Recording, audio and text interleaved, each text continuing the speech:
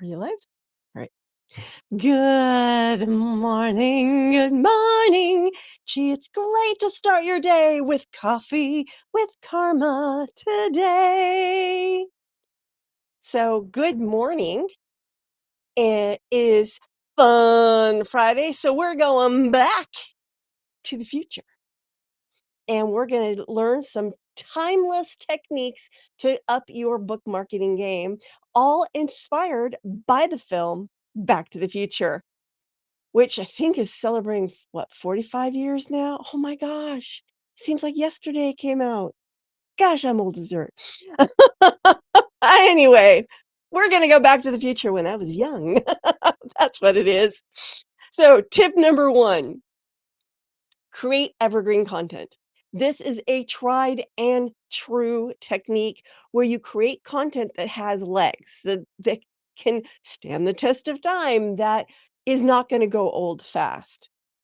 You see, Doc Brown in, the Back to the Future films invented the DeLorean time machine to travel across different eras. Well, what if your content could be like that DeLorean and remain valuable year after year? That's why you create evergreen content. And honestly, with some of the stuff I do, yeah, you may have heard it before if you're more seasoned, but you may not have if you're new, and there are things about selling books that have sold books for decades. They still work, so you still do them. And then there's other things that are a little bit more newfangled, and that's fine too. You can kinda do a mix of evergreen and testing the current waters. Tip number 2, engage on social media. Marty McFly had to constantly adapt and interact with his, past past people and future people and all these people from different time periods. Your social media strategy should be just as dynamic. Constantly engage with your audience to keep conversation going, no matter no matter how what trends evolve. So one thing like I like to do is if anybody comments on a post of mine, I always respond. Sometimes it's the only response I have is to like or love or, heart it or whatever. But if I can say something response, even if it's just a little picture or something, I always try to engage. Number 1, it helps the people who are commenting be encouraged to comment again because they know they're heard. It helps the algorithm of whatever social media platform you're on.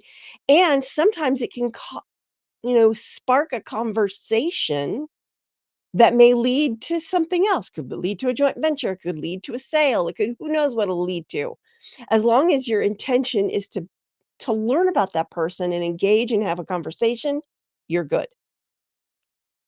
Tip number 3, build a strong email list. Oh my gosh, this is so important. This is so important. Remember how Marty had to keep his parents together to ensure his future existence? Your email list is your future. Nurture your subscribers with valuable content and regular updates to keep them engaged and invested in your journey. And oh, isn't that weird? I've got this something's going with the color of my hair. That was weird. I don't know what's going on there. Sorry, I got distracted. Oh my gosh.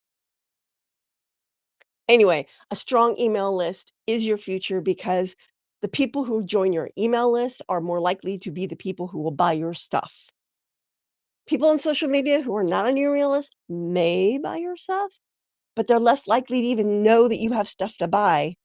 Your email list is much more likely to know you have stuff to buy. Just saying. Tip number 4, monitor trends. Doc Brown always kept an eye on the timeline to make sure that everything stayed on track.